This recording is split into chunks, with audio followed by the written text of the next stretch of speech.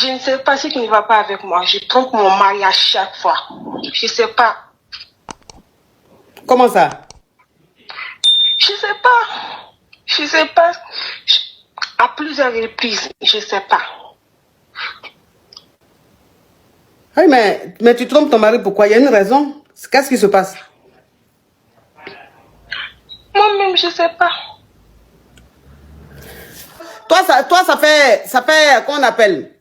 Ça fait 2 ans que tu es marié, tu ne peux pas t'empêcher de tromper ton mari. Non, je ne sais pas. Moi-même, je me demande à chaque fois, mais qu'est-ce qui ne va pas avec moi? Qu'est-ce qui ne va pas? Qu'est-ce qui n'a pas marché? Je ne sais pas. Je ne sais pas. Je me suis même inscrite sur Tinder. Toi, femme mariée, là, tu es sur Kinder. Oui. Attends, ton mari, là, tu l'aimes? Oui, je l'aime. Mais attends, tu l'as connu comment? C'est quoi? Vous vous êtes connu comment? Je ne sais pas. Dans quel coup vous êtes mariés? Vous vous êtes mariés combien de temps après? Comment ça se passe dans ton foyer? On s'est connus, moi et mon mari, on s'est connus sur Facebook et tout. Donc, après 3 ans de relation, on s'est mariés et tout. Ah, mais depuis là, depuis que je suis mariée, j'ai un enfant. Mais à chaque fois qu'un mec me parle là, je deviens folle. Je sais pas. À chaque fois qu'un mec me parle sur Facebook, je filme mon numéro direct. Je sais pas. Je l'ai trompé pas 2 fois, hein. Juste à plusieurs reprises même, à plusieurs reprises. Avec des différents hommes ou avec le même? Avec des... pas les mêmes, mais... Bon, voilà la fille là, qui est en train d'appeler là. Celle qui parle là. Elle dit que elle a rencontré son mari sur YouTube, sur Facebook. Les deux sont restés ensemble 3 ans. Ils se sont mariés. Donc ça fait 2 ans qu'ils sont mariés légalement. Elle dit depuis que le monsieur là l'a marié là, elle ne peut pas s'empêcher de le tromper. Ça veut dire que sur les réseaux sociaux, si un homme lui envoie un message qui dit les fonds d'elle, elle lui plaît, elle lui file son numéro, il se voit. Et quand il se voit, elle grée. Donc depuis 2 ans seulement, elle est mariée là. Elle a gré au moins plus de peut-être 5 ou 6 hommes. Et elle ne peut pas s'empêcher. C'est-à-dire que quand un homme la drague, un homme lui dit qu'elle est belle, elle ne peut pas s'empêcher, elle va gré cet homme-là. Pourtant, elle est mariée. Jusqu'à elle est inscrite sur le site de rencontres Tinder ou même Tinder, je ne sais pas comment on appelle ça.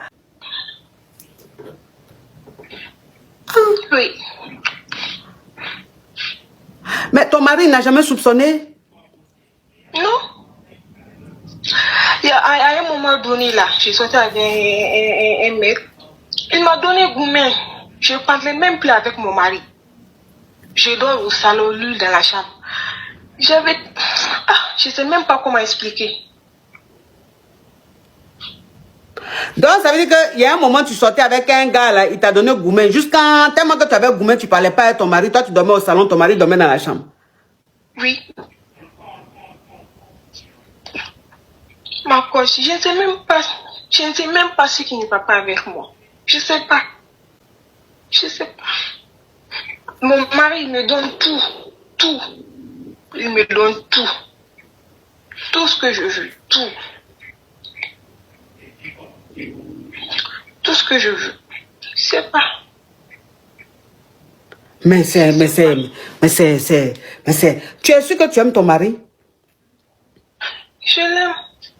Mais je ne sais pas ce qui ne va pas avec moi. Je ne sais pas.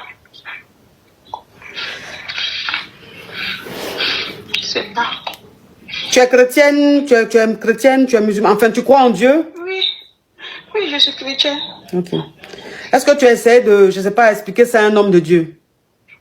Non. Ok.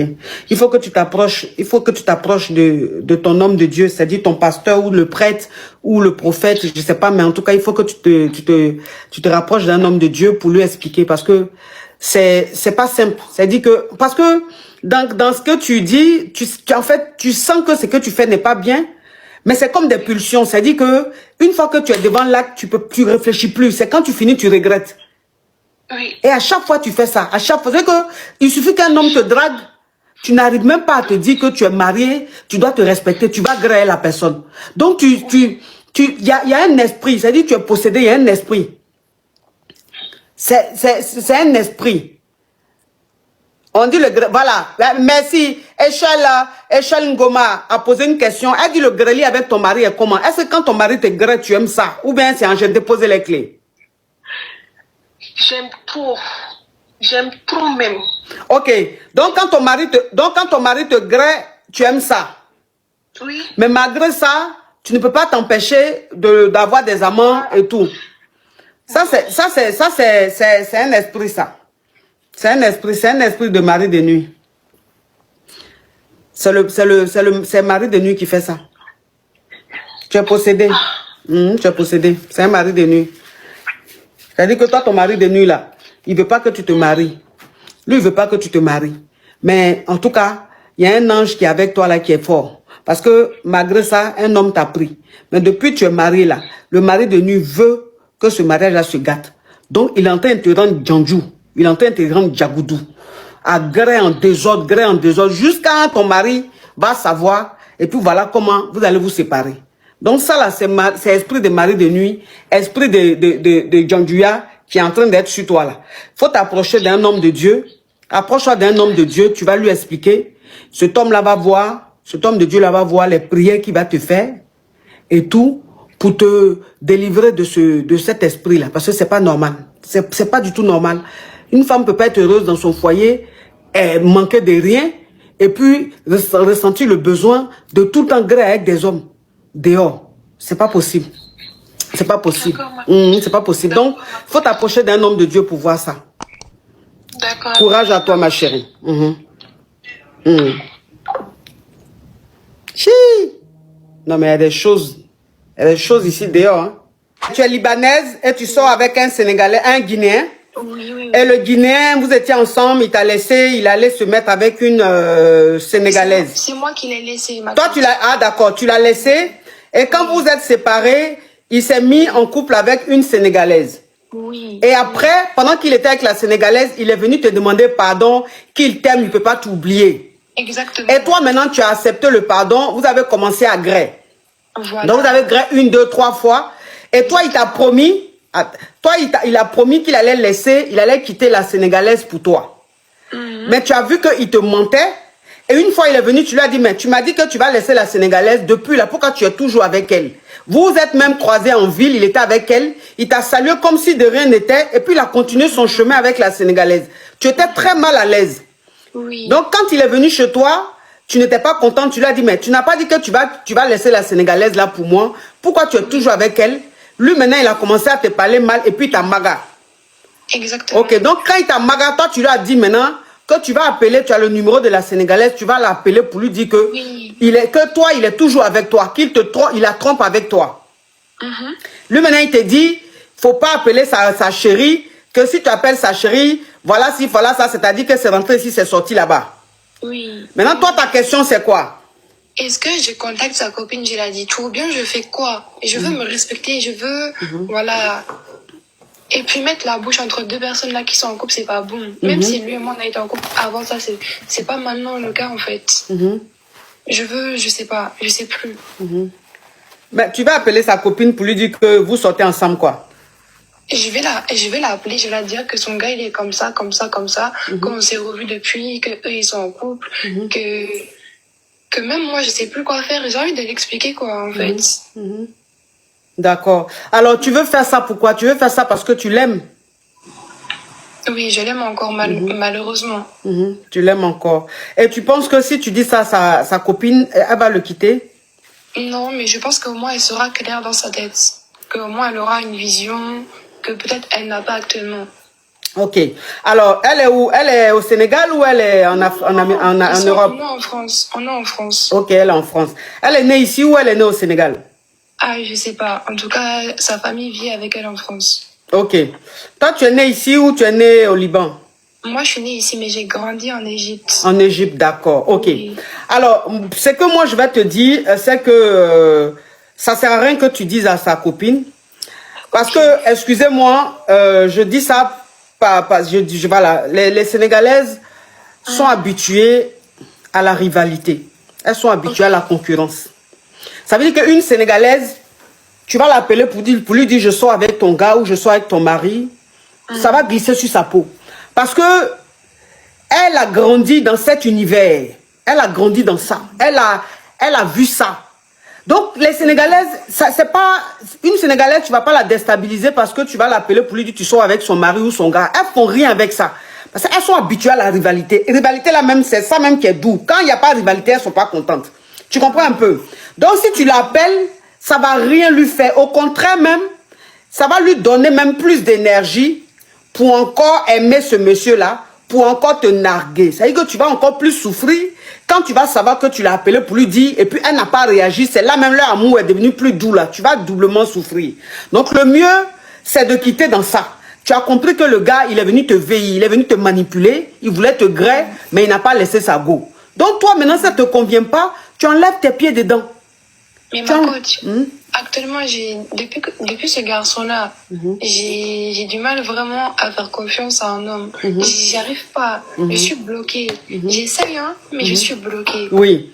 Alors, ça c'est un autre débat. C'est-à-dire que c'est une déception. Il faut savoir que chaque personne a sa façon de vivre sa rupture. Il y a des femmes qui se reconstruisent très rapidement et il y a des femmes, ça prend du temps.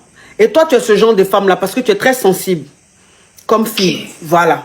Donc, pour le moment, tu ne te sens pas prête à rentrer dans une autre relation. C'est pour ça que tu as un blocage. Faut pas te forcer. Ça va venir. Prends le temps de te reconstruire toi-même. Prends le temps de te reposer. Prends le temps de t'aimer toi-même, de passer un moment avec toi, avec des gens que tu aimes, qui t'aiment. Voilà, ça dit de t'évader. Et tu vas voir qu'au fur et à mesure que tu vas te sentir bien, les gens qui vont venir vers toi te draguer, tu vas te sentir plus à l'aise de communiquer avec eux, d'accepter d'aller déjeuner avec eux et tout ça. Faut pas te presser, faut pas te forcer. Ça va venir avec le temps. Tu n'es pas prête. Il faut laisser comme ça. Ce temps-là, ça va passer. Et après, tu pourras te remettre avec quelqu'un d'autre. T'inquiète pas, c'est normal. Parce que tu as vécu, le gourmet que tu as vécu là, c'est trop fort pour que tu te mettes dans une autre relation rapidement. C'est pas possible. Donc, ce que tu es en train de vivre là, c'est tout à fait normal. Et tu as compris? Je bloque tout. Je bloque tout le monde. Alors, tu bloques tout le monde, c'est-à-dire ton petit ami? Oui, je le bloque lui et je bloque sa copine. Bon, sa copine, déjà, tu la bloques parce que c'est pas ta camarade. Ok. Donc, tu effaces son numéro.